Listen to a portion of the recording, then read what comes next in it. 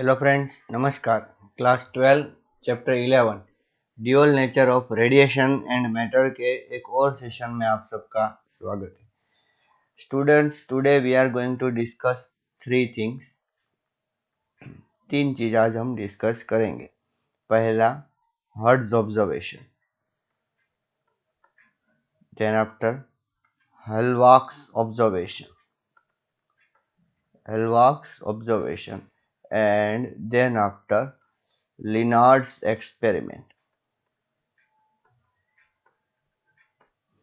Hertz observation, Hertz ने क्या observe किया? बच्चों, हमने इलेक्ट्रोमैग्नेटिक वेव जब शुरू किया था उस टाइम पर मैंने आपको हर्ट्जियन डायपोल के बारे में थोड़ा सा बोला था, अगर आपको थोड़ा सा याद है तो। ठीक है, तो उस टाइम पर मैंने आपको क्या बोला था, देखना अच्छी तरीके से। ये जो था और यहाँ पर कुछ स्पार्क जैसा क्रिएट हो रहा था ऐसे, और मतलब कि उस एक्सपेरिमेंट में क्या था, basically the electromagnetic wave was going to get produce, और यहाँ पर स्पार्क गैप था, याद है ना, स्पार्क प्रोड्यूस होता था। Okay, this is suppose cathode and this is suppose anode. Okay, तो हर्ट्ज ने यहाँ पर ऑब्जर्व क्या किया, तो इस चैप्टर से रिलेटेड क्या ऑब्जर्व किया, that he observed that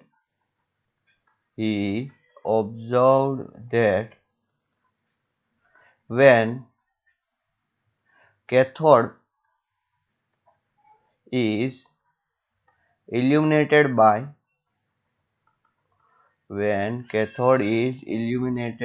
by UV rays, ऐसा ऑब्जर्व किया कि पहले तो स्पार्क जब क्रिएट होता था तब इजीली इलेक्ट्रॉन यहाँ से यहाँ जाते तो थे, ठीक है, लेकिन ज्यादा ज्यादा स्पार्क क्रिएट करना पड़ता था। लेकिन यहाँ पर उन्होंने क्या ऑब्जर्व किया, ये observe that when cathode ray is illuminated by UV rays, electron can flow easily, from cathode to anode. Okay, मतलब कि इजीली फ्लो कर सकते थे यहाँ से यहाँ। कब कब जब कैथोड को किससे इल्यूमिनेट किया गया बच्चों, कैथोड ये है, तो कैथोड पे कौन सी रे डाली गई,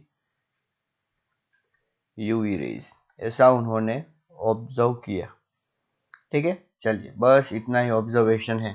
तो थोड़ा सा आपको मैं आइडिया देना चाहता था कि कैथोड रे जो है वो वो जो इलेक्ट्रॉन क्या करता है, एमिट करता है। ठीक है, तो कैथोड एमिट इजीली कब कर पाएगा, जब उसको अच्छी सी एनर्जी मिलेगी, और अच्छी एनर्जी देने वाला पहले स्पार्क तो था ही, लेकिन अब अच्छी एनर्जी देने वाला और भी आ गया, कौन, यूवी रेज। इसकी वजह से वो ज्यादा इलेक्ट्रॉन दे पाएगा। ठीक है, ओके, बस उतना ही ऑब्जर्वेशन था।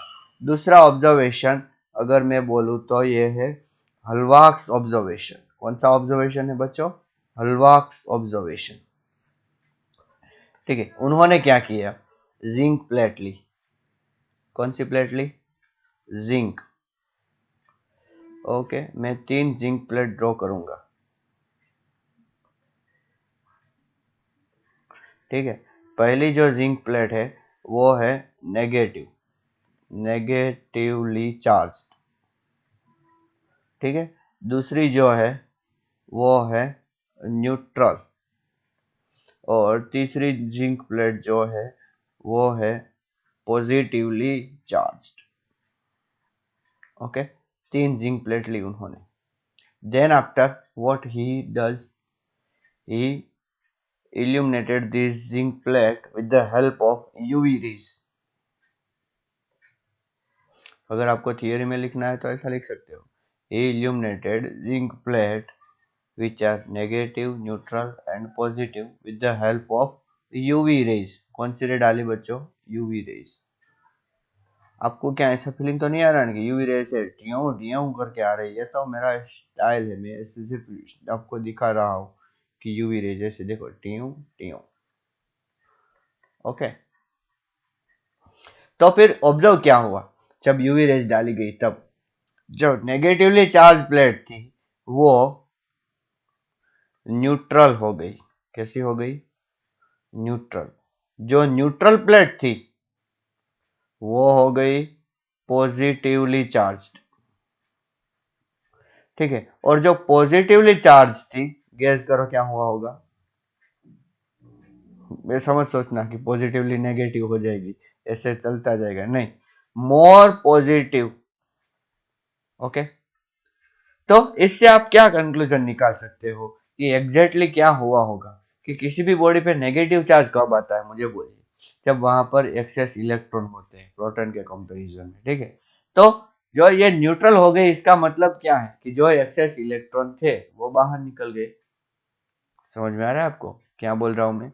एक्सेस इलेक्ट्रॉन जो भी थे वो बाहर निकल गए यहां से, ठीक है। ओके, तो ये एक्सेस इलेक्ट्रॉन बाहर निकल गए, इसकी वजह से ये क्या हो गया, न्यूट्रल। अभी ये जो न्यूट्रल थी, जिसमें इलेक्ट्रॉन एंड प्रोटॉन दोनों सेम प्रोपोर्शन में थे, okay. So what happens here, here also electron comes out, because electron comes out, this becomes positive, okay, you know very well.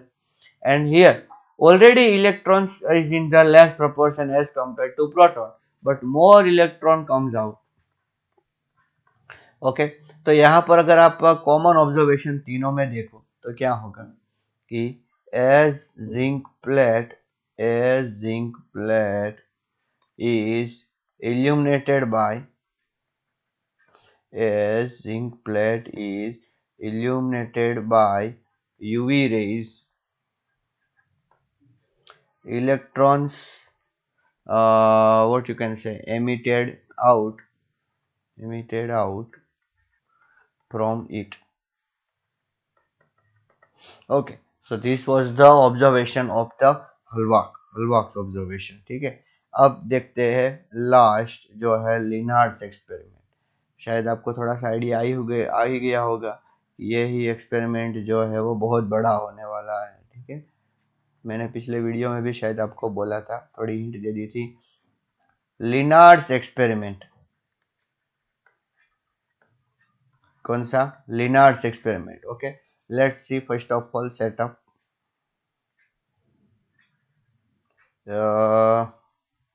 ये जो है ये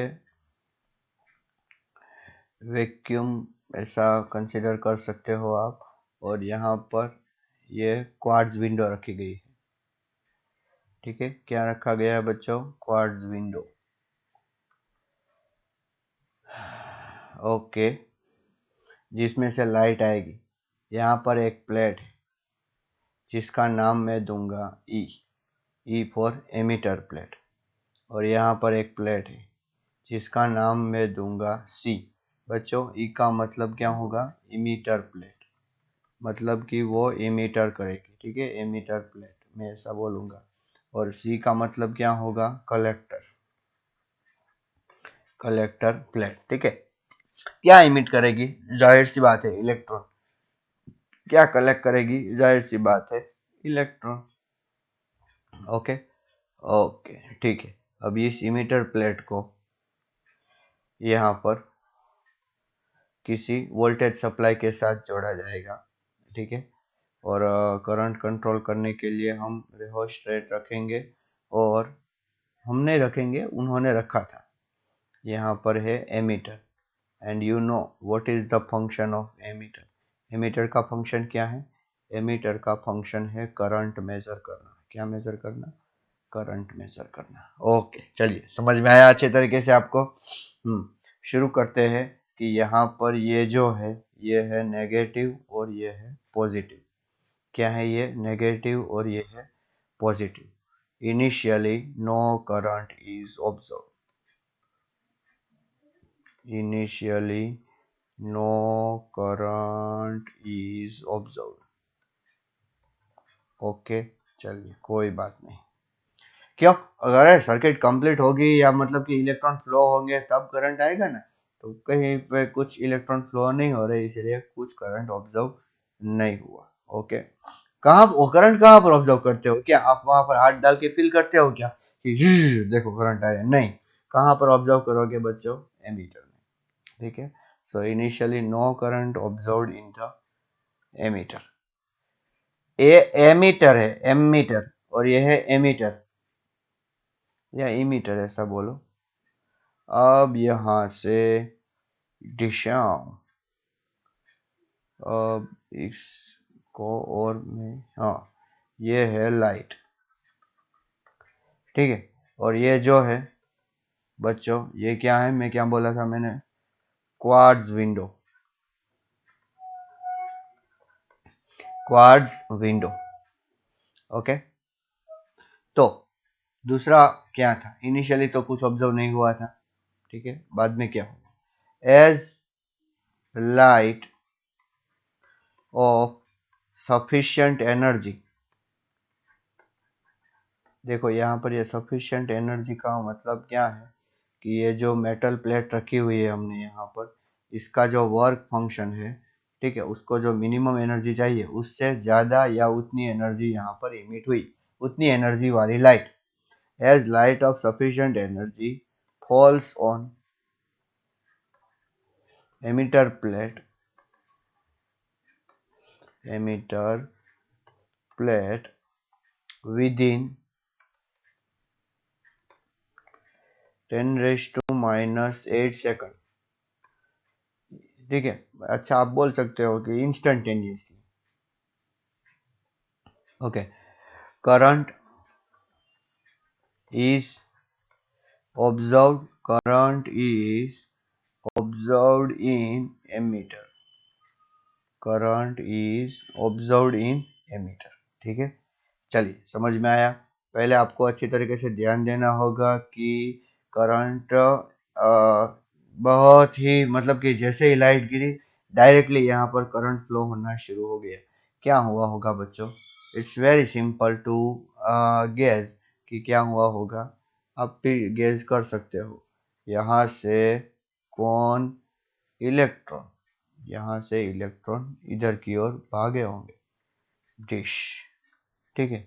ये इलेक्ट्रॉन गया, तो यहाँ इलेक्ट्रॉन की मतलब की जगह नहीं होती, एक इलेक्ट्रॉन यहाँ पर घुसा, तो उसने एक इलेक्ट्रॉन को घुसा मारा कि भैया तू दौड़ चल, तो वो इलेक्ट्रॉन दौड़ा, दौड़ा दौड़ा दौड़ा दौड़ा रे दौड़ा, तो जिसकी सिग्मा क्यों मैंने लिखा इलेक्ट्रॉन, और ऐसे आ गया, करंट फ्लो हो गया, सर्किट कंप्लीट हो गई। हाँ ऐसा। अभी हाँ, मैंने एक बात बोलना मैं भूल गया, हाँ सॉरी बच्चों। इनिशियली यहाँ पर अगर हम देखें तो एमीटर जो है, एमीटर वो कैसी है, पॉजिटिव, सॉरी पॉजिटिव नहीं है, नेगेटिव है। एमीटर इज अ नेगेटिव, ये हमेशा ध्यान में रखो। एमीटर कैसा है बच्चों, नेगेटिव, ठीक है। और कलेक्टर है वो कैसा है, पॉजिटिव। तो एक चीज और भी है कि यहाँ पर जो एमीटर नेगेटिव और कलेक्टर पॉजिटिव है, ये नेगेटिव और ये पॉजिटिव, तो जिसकी वजह से हम अगर एक बात करें तो इलेक्ट्रिक फील्ड इस डायरेक्शन में होगी, ठीक है। और इलेक्ट्रॉन को इलेक्ट्रिक फील्ड के अपोजिट फ्लो होना बहुत अच्छा लगता है। So what you can say, yes electron will flow. एक तो उसे फ्लो होना था और ऊपर से जगह मिल गई, सो मतलब कि उसको जो चाहिए था वही मिल गया and they start flowing. Okay, चलिए समझ में आया अच्छी तरीके से आपको। हाँ, अभी दूसरा क्या ऑब्जर्व हुआ, ऑन इंक्रीजिंग, ये सारे पॉइंट बच्चों नोट करना, on increasing intensity of light, on increasing intensity of light, intensity light increase करेगी।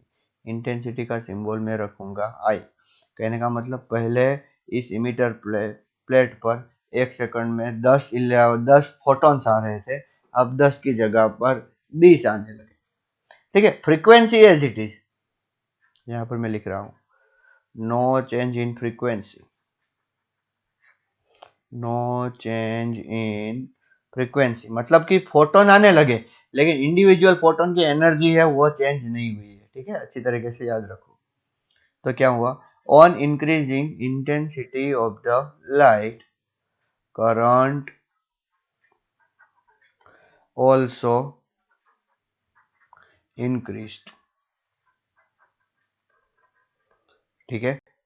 इंटेंसिटी इंक्रीज करने से क्या हुआ, करंट भी इंक्रीज हुआ। बच्चों याद रखो अच्छी तरीके से, अगर ग्राफ ड्रॉ करना चाहो तो ऐसा कर सकते हो। यहाँ पर इंटेंसिटी, क्या है, इंटेंसिटी, और यहाँ पर करंट। ठीक है, तो उसका ग्राफ कुछ इस तरह, to show with increasing in the intensity current also increases. Okay, after some time, after some time, after some time तो नहीं बोलेंगे, after some value of intensity, after some value या तो definite value of intensity, after some value of intensity, current becomes stable, current becomes stable, okay, and does not increase further, does not increase further. कहने का मतलब क्या है कि जितने भी इलेक्ट्रॉन, पहले क्या था कि यहाँ से 100 इलेक्ट्रॉन निकल रहे थे एमिटर प्लेट में से, लेकिन 100 यहाँ पर आएंगे नहीं, ठीक है, बाकी बीच में रहेंगे, तो इसकी वजह से क्या होगा कि इतना करंट फ्लो नहीं हो रहा था।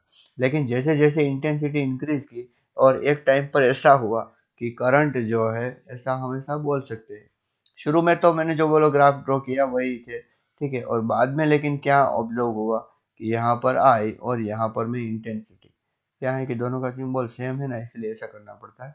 तो थोड़ी देर के थोड़ा इंटेंसिटी का वैल्यू इंक्रीज करने के बाद ऐसा दिखाई दिया कि करंट कैसा हो गया, स्टेडी।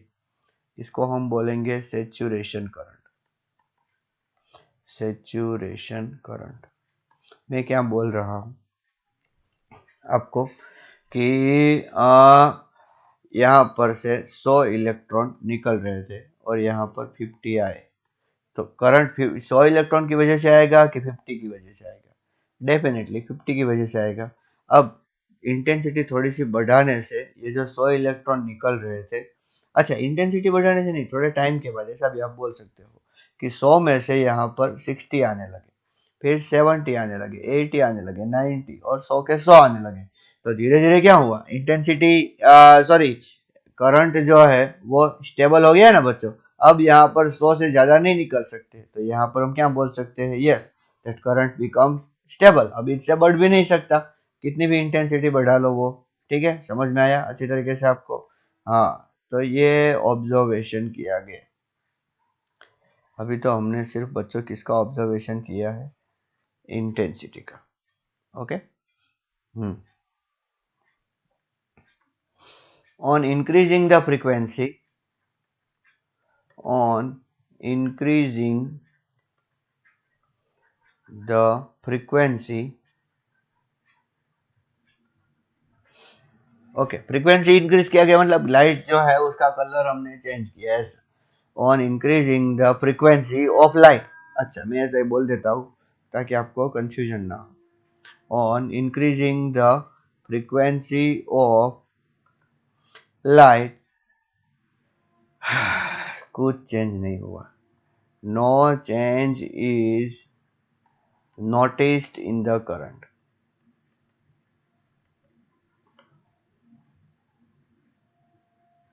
कोई चेंज नहीं हुआ, ठीक है।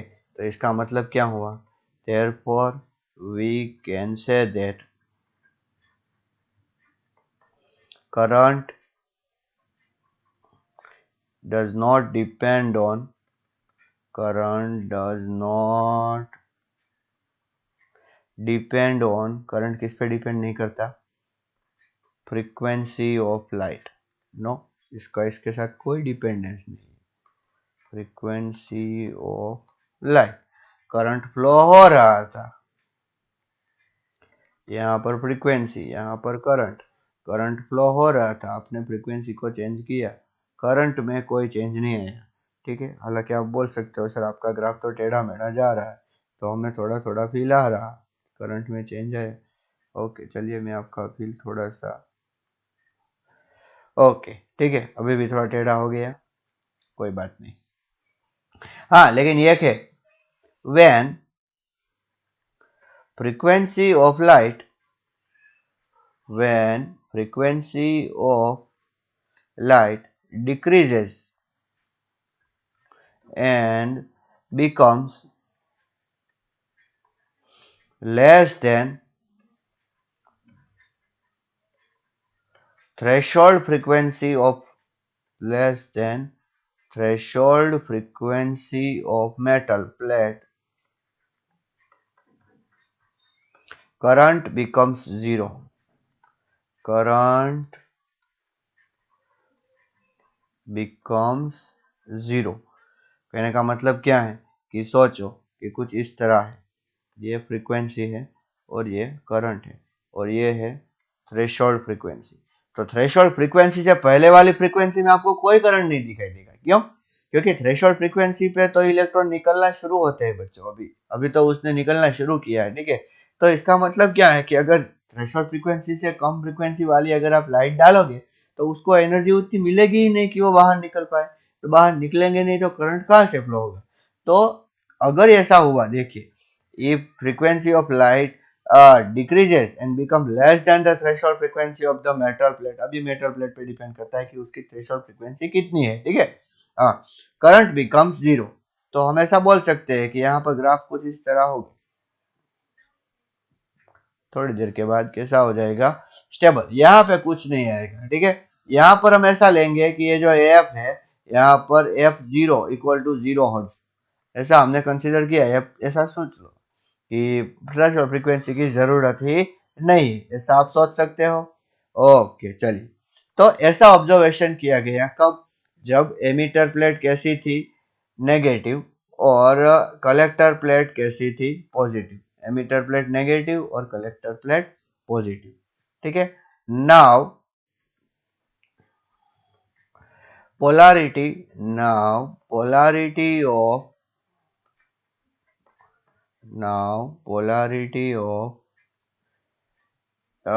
plates, now polarity of plate get exchanged।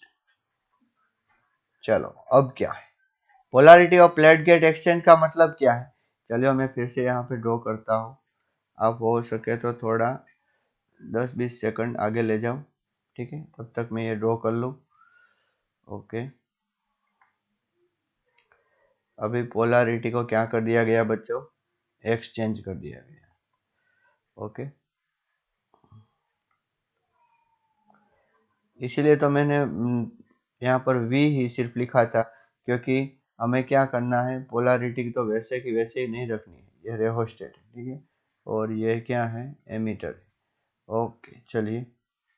So this is the emitter and this is the collector, and now emitter is positive and collector is negative। Okay, emitter positive और collector negative. और यहाँ से ये तो है quartz window. क्या है ये बच्चों?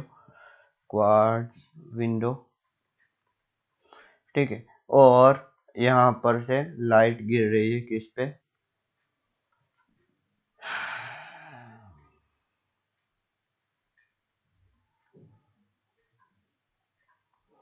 इस पे, ठीक है, एमीटर पे। ओके, तो जैसे ही लाइट गिर रही है और ये नेगेटिव और पॉजिटिव ऐसा देखा जा रहा है, तो क्या होगा? It is observed that it is observed that current decreases somewhat. Current decreases somewhat as we change the polarity। ठीक है, पोलैरिटी चेंज करने से स्टार्टिंग में। Okay, initially. ओके, अब क्या है देखना। हाँ बच्चों, अब मैं इस वोल्टेज को वेरिएबल बना रहा हूँ। इसको मैं क्या बना रहा हूँ बच्चों? Variable. On increasing the voltage, on increasing the voltage ये वोल्टेज इंक्रीज करने से क्या होगा, आप सोचो बच्चों। ये है पॉजिटिव और ये है नेगेटिव, और बीच में से कौन निकल रहा है, इलेक्ट्रॉन। इलेक्ट्रॉन पे कैसा चार्ज होता है बच्चों, नेगेटिव। ठीक है, ये इलेक्ट्रॉन इस तरह निकल रहे हैं इधर। और मुझे बोलो कि इलेक्ट्रिक फील्ड की डायरेक्शन कौन सी होगी, इस डायरेक्शन। जैसे आप वोल्टेज बढ़ाओगे ये इलेक्ट्रिक फील्ड बढ़ेगा कि नहीं, श्योरली बढ़ेगा। तो इलेक्ट्रॉन को चलने में दिक्कत होगी कि नहीं, अपोजिशन फील होगा बच्चों। तो इसकी वजह से क्या होगा कि यहाँ से सोचो कि 10 इलेक्ट्रॉन गए, कितने गए, 10। तो क्या यहाँ पर 10 आ पाएंगे, नहीं 10 नहीं आ पाएंगे, 10 से कम आ पाएंगे। सोचो कि यहाँ पर 7 इलेक्ट्रॉन आए। ठीक है, पहले 10 के 10 आ रहे थे, जैसे ही पोलैरिटी एक्सचेंज की हमने 10 से 9 हो गए, और अब वोल्टेज हमने बढ़ाना शुरू किया। ऑन इंक्रीजिंग द वोल्टेज क्या हुआ, on increasing the voltage, okay, current start decreasing, current start decreasing, on increasing the voltage current start decreasing, current decrease होना शुरू हो गया। जैसे हमने वोल्टेज इंक्रीज किया तो डिक्रीज होना शुरू हो गया, तो फिर हमको तो बहुत अच्छा मिल गया कि चलो भैया करंट को हम नहीं फ्लो होने देना है। At one value of voltage, at one value of voltage current becomes zero. At one value of voltage current becomes zero.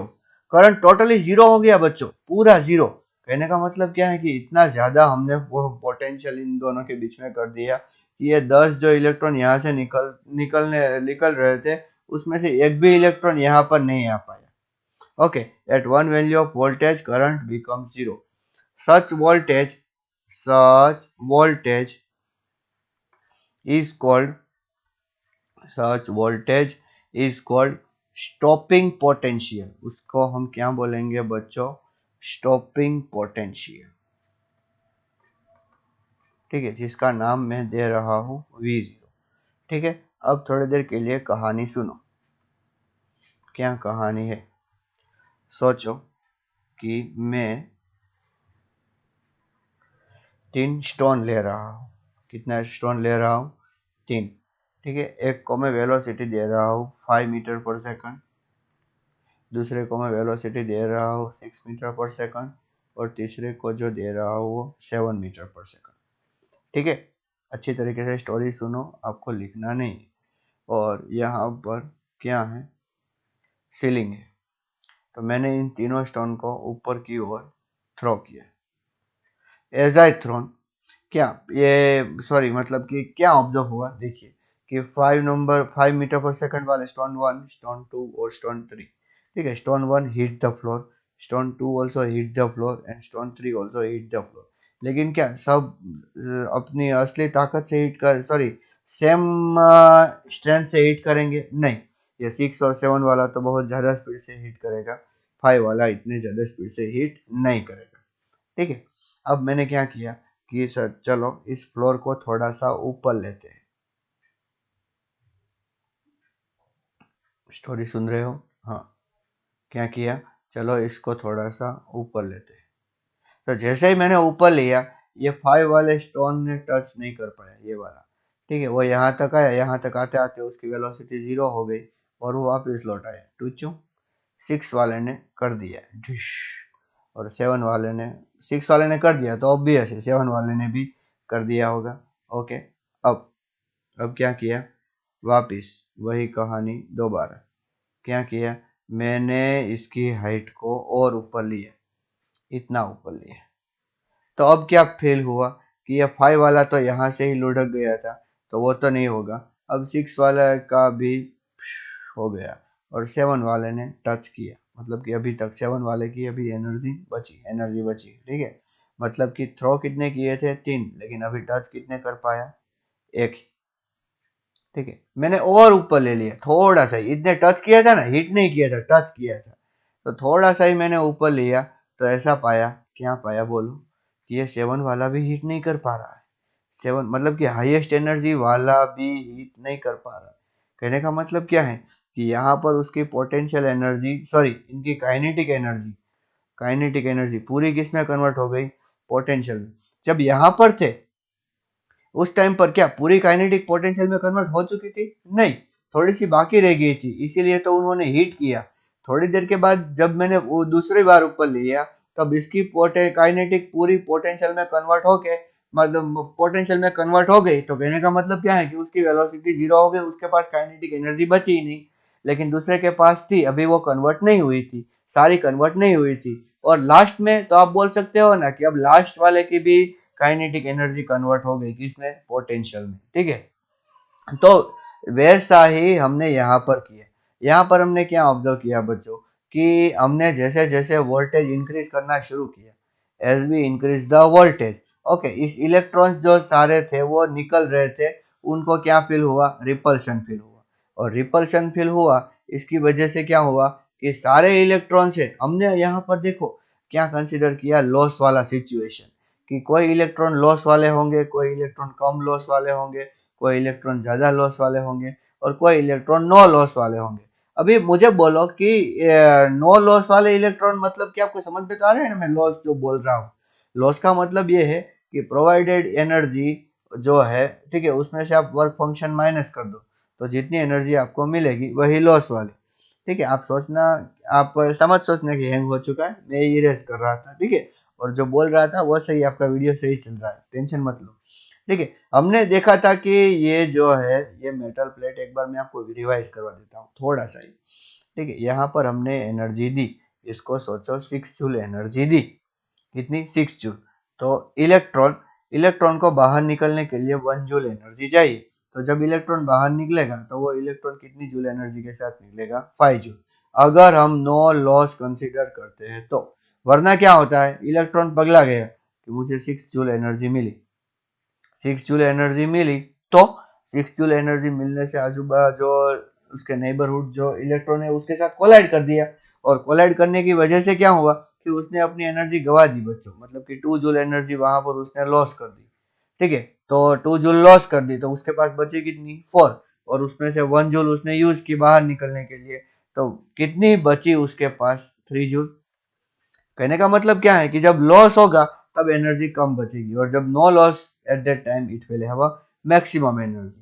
So what you can say, therefore we can say that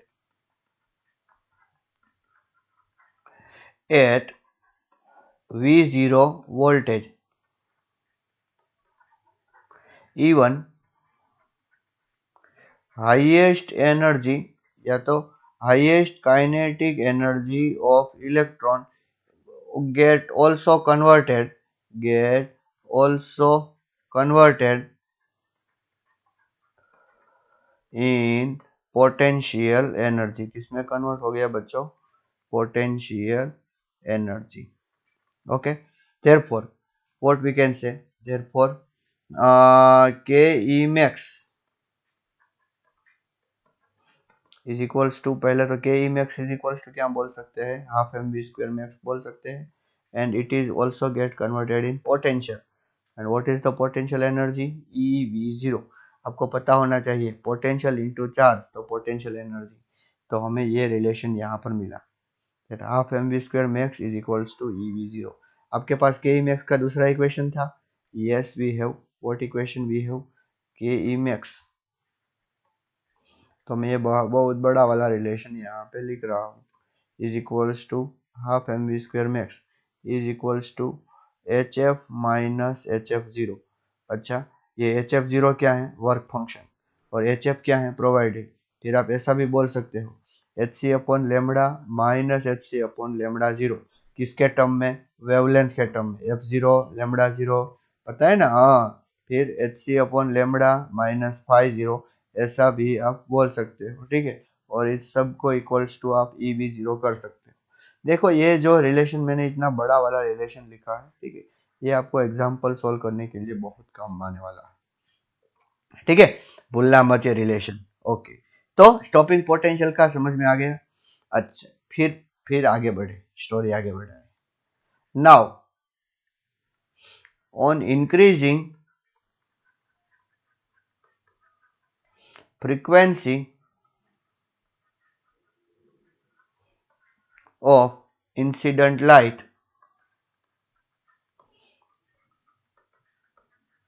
current is observed. कैसे? बोलो, current is observe कैसे समझ में आया?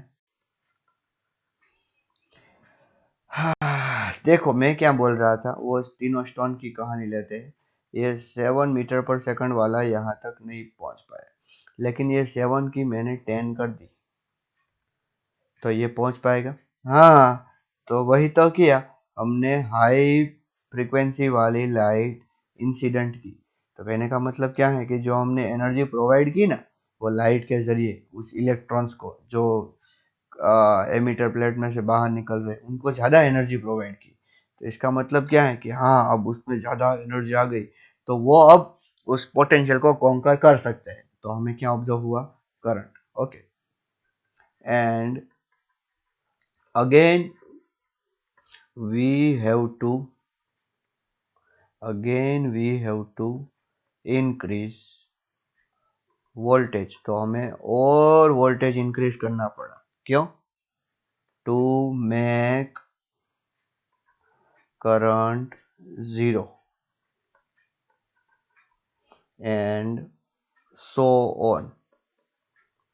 Okay, तो इसका मतलब क्या हुआ? यहां पर ऐसा बोल सकते हैं, therefore we can say that stopping potential, मतलब हमें जो जो वोल्टेज इंक्रीज करना पड़ा ना, वो voltage stopping potential depends on stopping potential depends on frequency of incident light। कहानी बच्चों बहुत अच्छी तरीके से समझो। देखो मैं फिर से आपको एक बार एक्सप्लेन कर देता हूँ ताकि आपको अच्छी तरीके से समझ में आए। ठीक है, ये प्लेट है, उसमें से इलेक्ट्रॉन को बाहर निकलने के लिए सोचो 2 इलेक्ट्रॉन वोल्ट जितनी एनर्जी चाहिए। ठीक है, और यहाँ से हम जो प्रोवाइड कर रहे थे फोटोन के जरिए, वो थी 10 इलेक्ट्रॉन वोल्ट। तो जो इलेक्ट्रॉन बाहर निकल रहा था, जिसकी मैक्सिमम एनर्जी कितनी थी? 8 इलेक्ट्रॉन वोल्ट। और हमने जो वोल्टेज यहाँ पर अप्लाई किया, वो 8 वोल्ट अप्लाई कर दिया था, जिसकी वजह से ये इलेक्ट्रॉन जब इधर आया, तब उसकी एनर्जी जीरो हो गई, और मतलब कि उससे आगे वो नहीं पहुंच पाया। तो हम यहाँ पर 10 इलेक्ट्रॉन वोल्ट जो प्रोवाइड कर रहे थे ना, वहां पर हमने बढ़ा दी 12। तो उसको बाहर निकलने निकलने के लिए तो अभी भी 2 इलेक्ट्रॉन वोल्ट ही चाहिए। तो इसका मतलब अब जो इलेक्ट्रॉन बाहर निकलेगा, उसकी एनर्जी कितनी होगी? 8 इलेक्ट्रॉन वोल्ट नहीं होगी, 10 होगी। तो 8 इलेक्ट्रॉन वोल्ट वाला यहाँ पर नहीं आ पाया था, लेकिन 10 वाला तो आ सकता है। हाँ, तो 10 वाला आ सकता है, तो हमें करंट फिर से ऑब्जर्व हुआ। तो अभी हमें करंट को अगर स्टॉप करना है, तो ये 8 वोल्ट को हमें क्या करना होगा? और इंक्रीज करना होगा। याद रखो, यहाँ पर पॉजिटिव और यहाँ पर नेगेटिव था, मतलब कि यहाँ पर हमें नेगेटिवनेस और इंक्रीज करना होगा। तो इसका मतलब क्या है कि अगर मैं यहाँ पर ये फ्रीक्वेंसी इंक्रीज करता हूँ, तो ये स्टॉपिंग पोटेंशियल भी मुझे इंक्रीज करना पड़ेगा। देखो कैसे, H F minus H F zero is equals to E V zero बोल सकते हैं।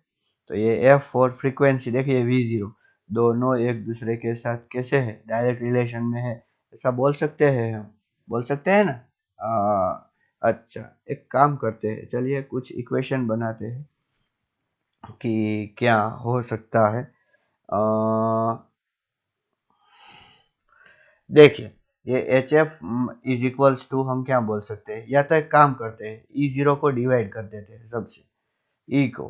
तो H F upon E minus H F zero upon E is equals to V zero. फिर से मैं लिख रहा हूँ, V zero is equals to H F upon E minus H F zero upon E. अब मैं एक दूसरा आपको मैथमेटिक्स सिखा रहा हूँ, y is equals to M x plus t. Okay, ये है y एक्सिस। ठीक है, ये है स्लोप, ये क्या है? x axis. और ये है y इंटरसेप्ट। क्या है? y intercept. तो देखिए, ये y equal to M x plus t जो है ना, y equal to M x plus t, it is a equation of straight line.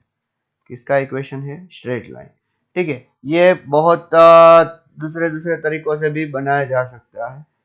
देखो, this is a x axis and this is a y axis, और m जो है वो positive है, इसीलिए लाइन ऐसी आएगी। क्यों यहाँ पर कट किया? क्योंकि सी पॉजिटिव है, इसीलिए। अगर हम ऐसा लिखे y is equals to M X minus C, तो m पॉजिटिव है पर c नेगेटिव है, तो y और c, सॉरी c वहां पर नहीं होगा, यहाँ पर तो x होगा, तो c नेगेटिव है, तो यहां से कट करनी होगी कुछ चुप, तो ये हो गया c। ठीक है, अगर ऐसा है y is equals to M x, तो कहने का मतलब m पॉजिटिव है, c तो है ही नहीं, तो सीधी लाइन ऐसी। ठीक है, और ये जो है ये स्लोप होगा m m m। ठीक है, अगर y is equals to minus M X minus C, ऐसा कर दूं तो बोलिए, तो देखिए माइनस है तो स्लोप ऐसे नेगेटिव, लेकिन सी में भी नेगेटिव है, तो ऐसी लाइन होगी कुछ चुक। देखिए ये हो गया सी नेगेटिव और ये हो गया नेगेटिव स्लोप। ओके, अब बहुत मैथमेटिक्स नहीं जाननी है मुझे, यहाँ पर देखिए ये जो है v0 ये क्या है बच्चों, इसको मैं ले लेता हूं y एक्सिस, ये f है, f, ये f को मैं ले लेता हूं x एक्सिस। ठीक है, तो ये जो हो गया ये क्या हो गया m, और ये जो पूरा हो गया ये क्या हो गया c। आइए ग्राफ बनाए। ओके चलिए बनाते हैं। तो y की जगह पर क्या रखूं v0, x की जगह पर क्या रखूं f। So which graph will you get, ये वाला आएगा कुछ, क्योंकि सी नेगेटिव है ना, ये कितना, ये जो है यहाँ पर फ्रीक्वेंसी जीरो है, ठीक है ना, फ्रीक्वेंसी जीरो नहीं वोल्टेज जीरो है, और H F zero upon E, तो ये जो होगा ये होगा H F zero upon E. Okay, और स्लोप कितना होगा, slope is equals to H by E. आपको टेक्स्ट बुक में ज्यादातर ऐसा ग्राफ दिया जा सकता है, वैसे अगर इसको आप ड्रॉ करना चाहते हो तो थोड़ा पीछे जाके ड्रॉ कर लो। ठीक है, मैं इरेज कर रहा हूँ, लेकिन टेक्स्ट बुक में ऐसा ग्राफ दिया जाता है, क्या एक्सप्लेन करने के लिए कि भैया आप जब थ्रेशोल्ड फ्रीक्वेंसी, जब फ्रीक्वेंसी इंक्रीज करोगे तो स्टॉपिंग पोटेंशियल भी क्या होगा, इंक्रीज होगा। ओके, चलिए डिस्कशन को और आगे बढ़ाते हैं। डिस्कशन अभी थोड़ा बाकी है बच्चों, इसीलिए मैंने सोचा कि अब इसी वीडियो में मैं पूरा कर दूं डिस्कशन जो पूरा है। अच्छा, एक डिस्कशन क्या है, ऑन इंक्रीजिंग इंटेंसिटी। ओके, क्या इंक्रीज किया बच्चों, अब इंटेंसिटी, कीपिंग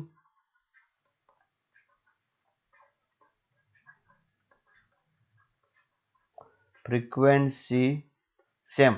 अच्छा, इंटेंसिटी इंक्रीज करने का मतलब मैंने बोला ना बच्चों, 10 वोल्ट का जो बल्ब है उससे बड़ा 50 वोल्ट का बल्ब लेके आए, ऐसा। No change is found, no change is found in stopping potential, stopping potential में कोई चेंज नहीं फाउंड किया गया। क्यों? बहुत सिंपल है बच्चों, स्टॉपिंग पोटेंशियल तो एनर्जी से रिलेटेड है, और एनर्जी किससे रिलेटेड है, फ्रीक्वेंसी से। यहाँ पर इंटेंसिटी से तो क्या है, इंक्रीजिंग अगर इंटेंसिटी की तो 10 फोटोन आ रहे थे, उसकी जगह पर 20 फोटोन आएंगे, उसकी जो एनर्जी है वो थोड़ी चेंज होने वाली है। इसीलिए हम बोल सकते हैं that on increasing the intensity no change is found in the stopping potential, stopping potential में कोई चेंज नहीं किया गया, मतलब कि चेंज ऑब्जर्व नहीं किया गया। तो बच्चों यहाँ पर मैं बोल देता हूं कि एक है इंटेंसिटी, क्या है, एक इंटेंसिटी है, और दूसरी क्या है, फ्रीक्वेंसी। ठीक, और एक है करंट। ठीक है, दूसरा है स्टॉपिंग पोटेंशियल। ठीक है, फिर तीसरा है नंबर ऑफ फोटो इलेक्ट्रॉन और एनर्जी ऑफ फोटो इलेक्ट्रॉन। तो इंटेंसिटी पे कौन डिपेंड करेगा? करंट, क्योंकि करंट इक्वल टू क्या है, I equal to Q upon T है and Q equal to N E है। तो इसका मतलब जितने ज्यादा इलेक्ट्रॉन आएंगे उतना ज्यादा होगा। तो इंटेंसिटी पे करंट डिपेंड करेगा और इंटेंसिटी पे नंबर, ठीक है, ये दोनों डिपेंड करेंगे। ठीक है, चाहे तो लिख लो। और फ्रीक्वेंसी पे स्टॉपिंग पोटेंशियल अभी हमने डिस्कस किया, और दूसरा energy E is equal to H f. ज्यादा एनर्जी प्रोवाइड करोगे तो इलेक्ट्रॉन जो बाहर निकलेगा वो भी ज्यादा एनर्जी से निकलेगा। ठीक है, एक वो जो करंट का जो रिलेशन है बच्चों, देखिए मैं क्या बोल रहा हूँ, एक ऐसा ग्राफ भी प्लॉट किया जा सकता है अगर देखें तो। यहाँ पर ये जो है, ये सोचो कि ये करंट है। क्या है बच्चों? करंट। ठीक है, और यहाँ पर ये जो है ये पोटेंशियल है। ठीक है, और यहाँ पर मैं नेगेटिव में ले रहा हूँ। स्टॉपिंग पोटेंशियल तो नेगेटिव में आएगा। अगर मैं एक ऐसा ग्राफ प्लॉट करूँ बच्चों, कैसा, अच्छी तरीके से देखना।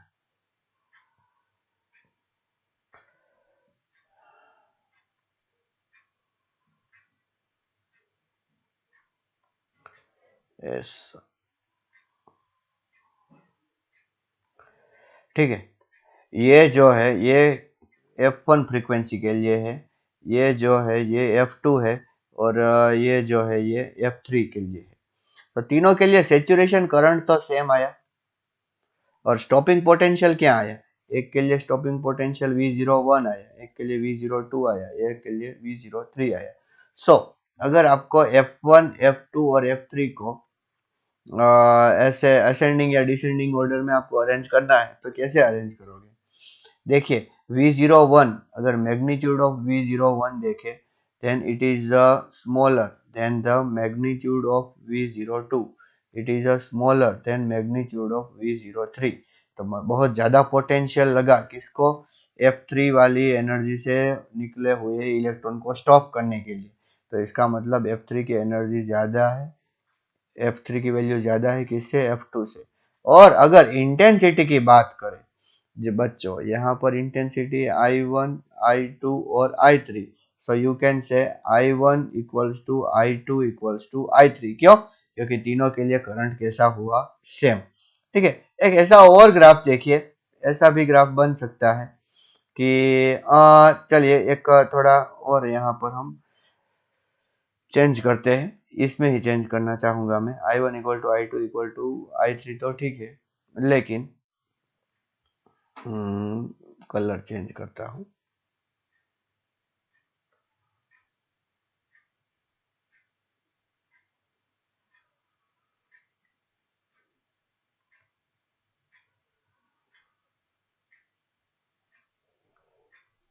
ऐसा देखने को मिला।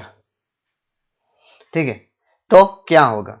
ये इंटेंसिटी I1 है और ये है इंटेंसिटी I2। ठीक है, तो हम क्या बोल सकते हैं? That yes, I2 is greater than I1। समझ में आया कि नहीं? क्यों? क्योंकि यहाँ पर और ऐसा भी बोल सकते हैं I2 और I3 दोनों सेम है, I2 इक्वल टू I3, और करंट इसके लिए ज्यादा मिला ना, तो इसके लिए हम क्या बोल सकते हैं? I2 is greater than I1। और स्टॉपिंग पोटेंशियल जिसका ज्यादा होगा मतलब कि उसकी फ्रीक्वेंसी भी ज्यादा होगी। ठीक है, तो बच्चों यहाँ पर लिनार्ड का एक्सपेरिमेंट हमने पूरा पूरा डिस्क्राइब कर दिया, इसके बेस के एग्जाम्पल और इस पे कुछ पॉइंट्स है वो हम नेक्स्ट लेक्चर में डिस्कस करेंगे। ओके, थैंक यू एंड नमस्कार।